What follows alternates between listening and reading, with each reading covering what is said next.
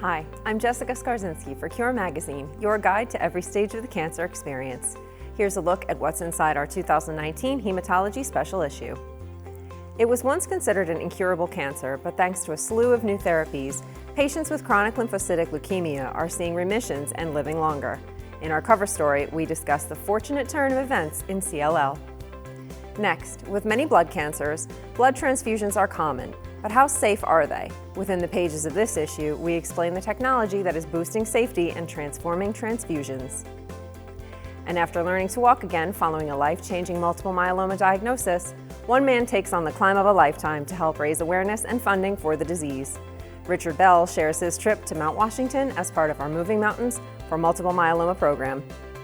To read these stories and more, visit curetoday.com/publications and click on the latest Cure cover. Or ensure you don't miss a story when you subscribe to new issue alerts.